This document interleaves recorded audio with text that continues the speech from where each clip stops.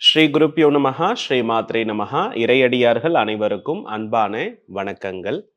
மக்களாகிய நீங்கள் தொடர்ந்து அளித்து வரக்கூடிய ஆதரவின் பெயரில் உங்களுடைய கேள்விகள் இன்று என்னுடைய பதிலாக பிரதிபலிக்க இருக்கிறது. அதன் அடிப்படையில் இன்று நாம் பூஜை அறை பற்றின தகவல்களை பார்க்க இருக்கிறோம். அதை சார்ந்த சந்தேகங்களுக்கு உங்களுக்கு தெளிவு தர காத்திருக்கிறேன்.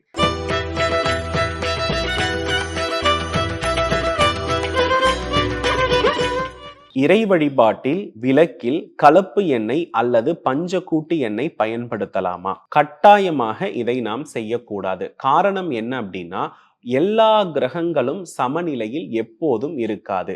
ஒரு கிரகத்தை நாம் வலுப்படுத்தும் பொழுது ஒரு கிரகம் செயலிழக்கும் என்பது யதார்த்தம். எப்படியெல்லாம் நன்மை தீமை என்று இருக்கிறதோ அதுபோல அஷ்டலட்சுமிகளை கூட நம்மால் என்ன பண்ண முடியாதுன்னா ஒரே நேரத்தில் குவிப்பது என்பது கடினம். அதாவது வித்யாலட்சுமியினுடைய அருள் பெற்றவர் தனலட்சுமியினுடைய அருள் அவருக்கு குறைவாக இருக்கும். இது போன்று பஞ்ச கூட்டு எண்ணெய் என்று எடுத்துக்கொள்ளும் பொழுது அது 5 கிரகங்களை ஒன்றாக இணைக்கக்கூடிய நிலையாக உருவாகும். இதனால் அந்த வீட்டில் கட்டாயமாக கலப்பு திருமண நிலை ஏற்படுவதற்கு வாய்ப்புகள் அதிகம். அதே போன்று அந்த வீட்டு தலைவனுக்கு தகாத உறவிற்கான ஒரு சூழலையும் மனக்குழப்பத்தையும் இந்த பஞ்ச கூட்டு எண்ணெய் அதிகப்படுத்துவதற்கான வாய்ப்பு இருப்பதினாலே கட்டாயமாக ஒரு வீட்டில் நெய் தீபம் அல்லது தனித்த நல்லெண்ணெயால் தீபம் ஏற்றுவது மட்டுமே சால சிறந்ததாக இருக்கும். பூஜை அறையில் சுவாமி படங்களோடு இறந்தவர் படம் மாட்டலாமா? அதாவது பிரணவ வாஸ்துவினுடைய நிலைப்படி எப்பொழுதும் இறந்தவர்களுடைய படத்தை நாம் உணவு உண்ணக்கூடிய டைனிங் ஏரியாவில் தான் வைக்கணும் அப்படின்றத நான் எப்போதுமே சொல்லுவேன். அதிலும் குறிப்பாக அவர்களை தெற்கு நோக்கியோ அல்லது வடக்கு நோக்கியோ அவர்களுடைய படம் இருப்பது சிறந்தது. முன்னோர்கள் நமக்கு உணவு கொடுத்து நமக்கு உயிரையும் உடலையும் கொடுத்தவர்கள். இந்த உயிரும் உடலும் இந்த பூமியில் செழிப்பாக இருப்பதற்கு உணவு என்பது இன்றியமையாதது. ஒவ்வொரு முறை உண்ணும் போதும் நம் முன்னோர்களுக்கு நன்றி சொல்லியே உண்ண வேண்டும் என்ற நிலைப்பாட்டில் நம் முன்னோர்களுடைய படம் உணவு உண்ணும் இடத்தில் இருப்பதுதான் சிறப்பானது. பூஜை அறையில் பித்ருக்களுடைய படம் இருப்பது அந்த அளவிற்கு ஒரு நல்ல பலனை கொடுக்கும் என்று எப்பொழுதும் நான் சொல்லது இல்லை. பூஜை அறையில் தினசரி மலர் வைப்பது அவசியமா? நிச்சயமாக ஒரு வீட்டினுடைய பூஜை அறையில் மலர் வைத்து வழிபாடு செய்வது அவசியம். அதிலும் குறிப்பாக வாசனை உள்ள மலர்கள் நம்மளுடைய மனநிலையை மாற்றக்கூடிய ஆற்றல் பெற்றது. ஆகையினால் வீட்டினுடைய பூஜை அறையில் ஒற்றை செம்பருத்தி என்பது மூலாதார சக்கரத்தையும், அதே போன்ற மல்லிகை வாசனை மலர் தொடர்புடைய விஷயங்கள் சுவாதிஷ்டானம் எனும் சக்கரத்தை முழுமையாக இயக்கக்கூடிய தன்மை பெற்றது. ஆகையினால் வாசனை தன்மை உள்ள மலர்களிலே முதன்மையானது மல்லிகை, மறிக்கொழுந்து, செண்பகம் இது போன்ற மலர்களையும் ஒற்றை செம்பருத்தி பூவையும் வைப்பது அவசியமான ஒன்று. வாசனையற்ற மலர்களை வீட்டினுடைய பூஜை அறையில் பயன்படுத்துவதை தவிர்த்து விடுவது நன்று. தினசரி பூஜை செய்முறை சுருக்கமாக. பொதுவாக இறைவனை எழுந்தருளல் செய்ய வேண்டும் என்றால் அங்கு பஞ்சபூத கூட்டு இணைவு ஏற்பட வேண்டும். அதே போன்று ஒரு மானிட பிறப்பில் ஒரு உயிரோட்டம் இருக்க வேண்டும் என்றாலும் அங்கேயும் ஒரு பஞ்சபூத கூட்டு இணைவு உருவாகிறது. பஞ்சபூத கூட்டு இணைவு எங்கு உருவாகுகிறதோ அங்கு இறைவனுடைய உயிரோட்டம் நிகழும். அதன் அடிப்படையில் தீபம் என்பது நெருப்பின் வடிவாகவும், தெய்வ திருவுருவ படம் என்பது நிலத்தின் வடிவாகவும், பஞ்ச பாத்திரத்தில் நீர் வைத்திருப்பது நீரினுடைய வடிவாகவும், அதே போன்று தூபம் என்பது காற்றினுடைய வடிவாகவும், மணி அடிப்பது ஆகாயத்தின் வடிவாகவும் இங்கு சொல்லப்படுகிறது.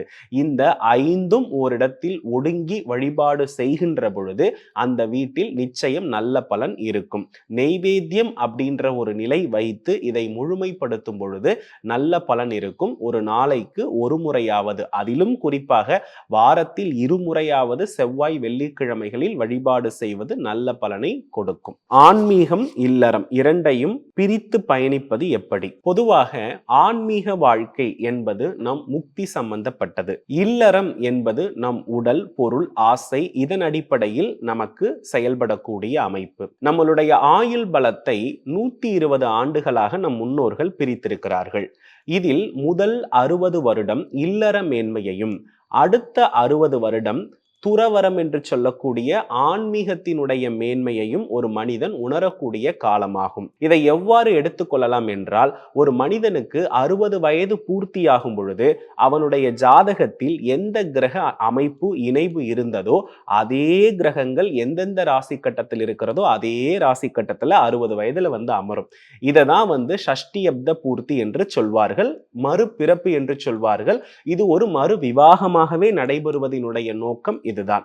ஆகையினால் 60 வயது பூர்த்தியான பின்பு ஆசை இருப்பது என்பது நன்றன்று. 60 வயதுக்குள் ஒரு மனிதன் வாழும் பொழுது ஆசை இல்லாமல் வாழ்வது நன்றன்று. ஆகையினால் இளமை என்ற 60 வயதை இல்லறத்தோடும், முதுமை என்ற 60 வயதை ஆசை அல்லாத துறவரத்தோடும் இருப்பதுதான் மனித வாழ்க்கையில் இல்லறத்தையும் துறவரத்தையும் சரியாக சமப்படுத்தக்கூடிய நிலையாகும். இது ரெண்டிலிருந்துமே விடுபட்டு, ஆசை விடுபட்டு ஒருவர் இளமையிலேயே துறவரம் மேற்கொண்ட நிலையில் அவர் பிறவு பயனிலிருந்து, இந்த உடல் ஆசைகளிலிருந்து, பூமி வாழ்க்கையிலிருந்து விலக நினைப்பது என்பது மிகப்பெரிய விஷயம், மனதின் ஆசைகளை அடக்குவது. ஆகையினால் இந்த மாதிரி நிலையில் இருப்பவர்களை நம் மகான்கள் என்று குறிப்பிடுகிறோம்.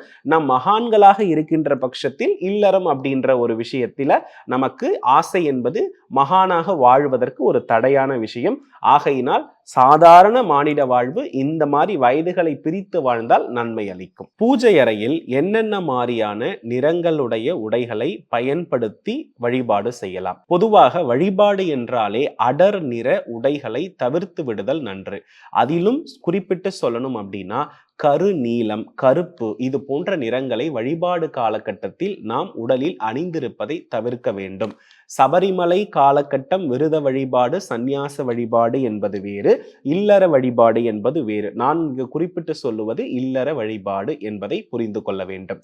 ஆகையினால் வழிபாடு செய்யும் போது உடலில் கடல் ஊதா நிறம் என்று சொல்லக்கூடிய பிரபஞ்சத்தின் நிறத்தையும், பிங்க் என்று சொல்லக்கூடிய இளம் ரோஜா நிறத்தையும், மஞ்சள் நிறத்தையும் நம் உடலில் அணிந்து கொண்டு வழிபாடு செய்யும் பொழுது நம் மனம் தெளிவடைந்து நம் பிரார்த்தனைக்கான முழு பலன் கிடைப்பதற்கான வாய்ப்புகள் அதிகம். இப்பொழுது உங்கள் அனைவருக்கும் இந்த பூஜை அறையில் இருக்கக்கூடிய சில சந்தேகங்கள் நீங்கள் கேட்ட வண்ணம் உங்களுக்கு நான் சில குறிப்புகளை வழங்கி இருக்கிறேன்.